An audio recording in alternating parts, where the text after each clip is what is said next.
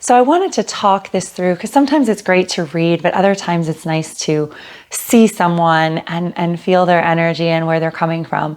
So recently I was challenged to, what if you had one thing that you felt really passionate about sharing with people, what would it be that you would want to share?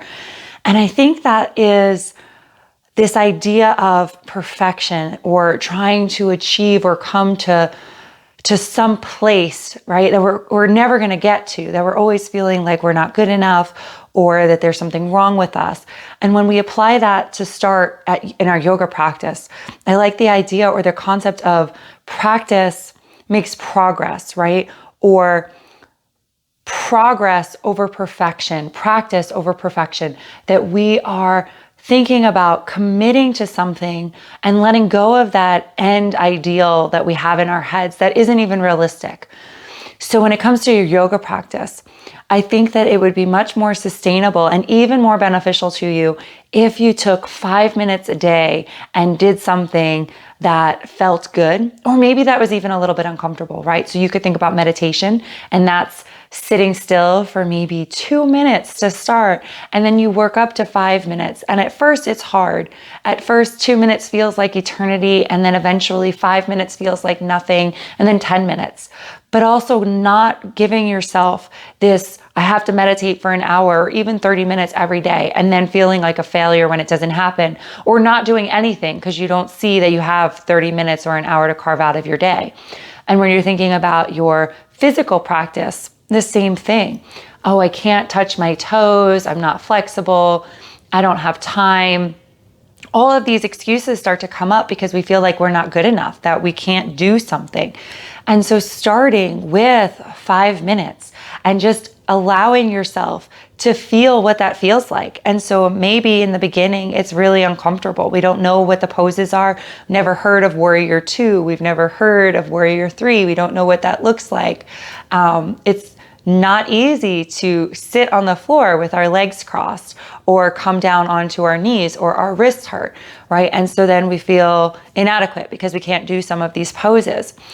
And again, I just want to really instill in you that it's not about being able to fit your body into a certain shape or to achieve a certain pose and think that this is what it's supposed to be like. So maybe there's something going on in your body that it's not ever going to happen that you're going to touch your toes when you fold forward, or you have an injury to your wrist or to your knees that is not going to make it possible for you to put weight on your knees or your wrists. And then you find a variation of that pose that's accessible to you. What is the goal? What are you trying to achieve in your body, in your mind, that is the purpose of that pose? And then the other factor is like, maybe you will be able to touch your toes or come down on your knees or strengthen your wrists that you could put some weight bearing on your hands, but it's not going to happen overnight. It's going to take time. It's going to take practice. And this is where that practice makes progress. So when you first start out, your muscles are really tight. You've never challenged them to do some of these movements. The body mapping from the brain to the muscles don't know what I'm talking about.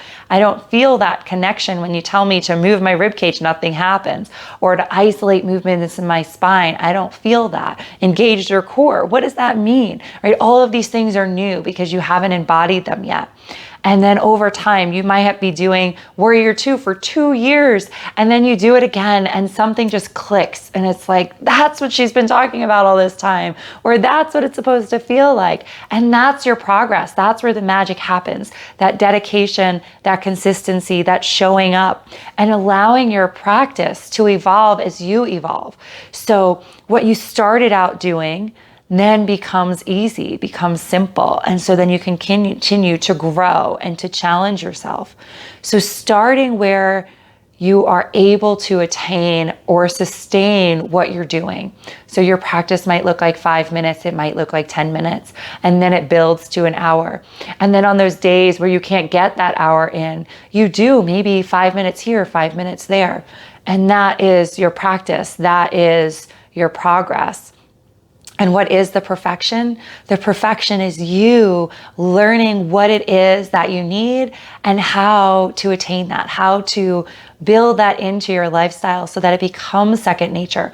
And then when things continue to get easier, looking for that next change, that next step up the ladder of progress of what is it that I need now, right? Never getting stagnant, learning the tools, learning when to rest, learning when to push, and continuing to work on that progress over perfection, and practice makes progress. I would love to hear your thoughts if you've already achieved some of this, or if there's been a little light bulb for you to just get started, right? To get moving, or to start sitting still in your meditation practice, whatever it is that you feel inspired by. I would love to hear from you. And as always, I'm here to support you on this journey as I continue to challenge myself and learn and grow and move my bodies in ways that I didn't know, or to learn how to rest and quiet my mind. So have a wonderful day. I hope this was helpful and inspiring. My heart to yours. Namaste.